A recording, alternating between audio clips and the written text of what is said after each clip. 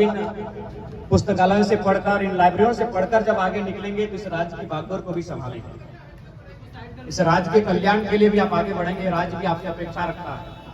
तो इसके लिए सबसे पहले आपको सबल होना होगा, सबसे पहले आपको स्वयं में मजबूत करना होगा। तो विशेष ज्यादा हम नहीं कहेंगे क्योंकि आपकी पढ़ाई बाधित हम करना नहीं चाहेंगे। हम लोग भी बहुत मेहनत से पढ़े हैं तभी यहाँ तक आए हैं, और भली भांति हम जानते हैं कि एक मिडिल क्लास फैमिली से जब कोई स्टूडेंट तैयारी के लिए जाता है तो किन किन परिस्थितियों का उसे सामना करना होता है। हम भी धनबाद जिले से आते हैं और पीके रॉय मेमोरियल कॉलेज से अपनी पढ़ाई को पूरी की, मास्टर ऑफ आर्ट्स, उसके बाद अभी पीएचडी वहीं से कर रहे हैं।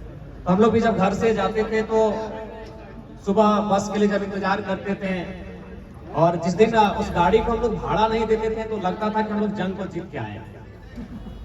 तो स्टूडेंट के हाल को हम लोग भली भांति जानते हैं।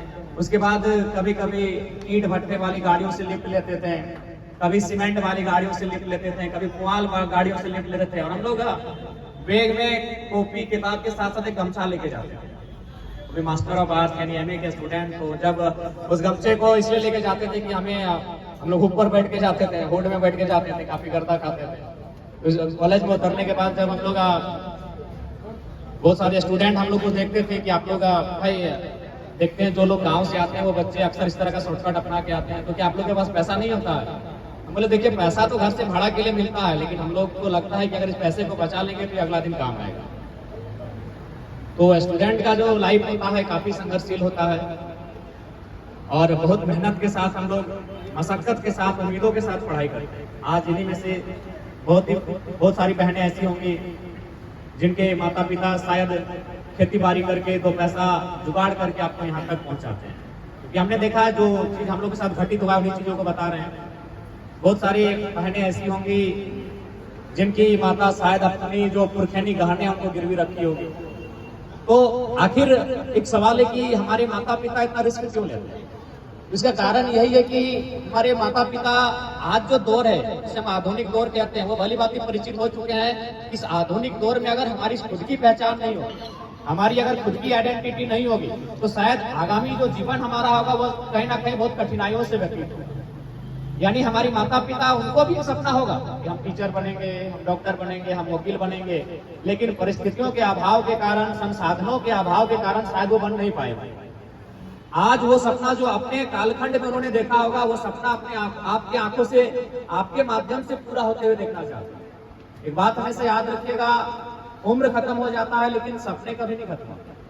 आपने राहुल द्रविड़ का नाम सुना होगा, यदि आप थोड़ा सा भी क्रिकेट को समझते हैं तो आप राहुल द्रविड़ का नाम सुने होंगे।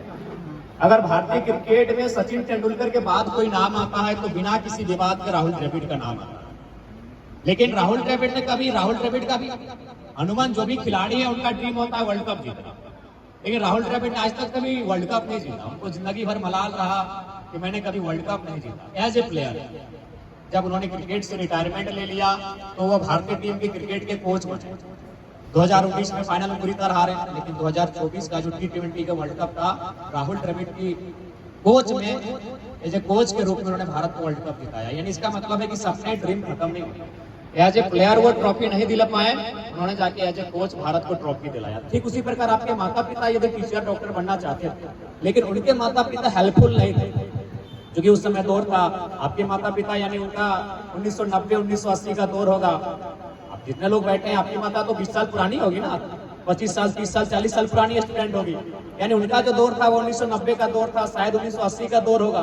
तो उस दौर में झारखंड में विशेषकर जो मिडिल क्लास थे इतने सक्षम नहीं थे कि अपने बच्चों की ड्रीम के बारे सोच सके, उनके बारे, उनके एजुकेशन को लेकर सोच सके। यानी आपके माता और पिता का अगर कोई ड्रीम भी होगा तो कहीं ना कहीं संसाधनों की कमी के कारण, घर के हालात के कारण उस ड्रीम को लेकर वो आगे नहीं बढ़ पाए। लेकिन अब हम आ चुके हैं 21st सेंचुरी, अब हम आ चुके हैं 2010 और 2020 के दौर में। यहाँ अब उनको भी लगने लगा है कि मैंने जो सपना 1970 1980 के दौर में देखा था, वो सपना भले मैंने नहीं पूरा किया है, लेकिन मैं उस सपने को अपने बेटे, अपने बेटी के माध्यम से पूरा होते हुए देखना चाहती हूँ, पूरा होते हुए देखना चाहती हूँ। इसलिए सारा संसाधन आपके इन्वेस्ट करते हैं। अब ये आपको इस बात का भी डिसाइड करना है कि आप जो बनने जा रहे हैं, आप जो करने जा रहे हैं, वो केवल आपका ड्रीम नहीं है। अभी दुर्गा पूजा का समय है, आप जाके देखिएगा, पहला डिमांड अगर घर में किसी का पूरा होगा तो आपका है। चाहे वो ड्रेस का डिमांड हो, चाहे वो जूतों का डिमांड हो, चाहे वो बैग का डिमांड हो, चाहे मेला घूमने का डिमांड हो।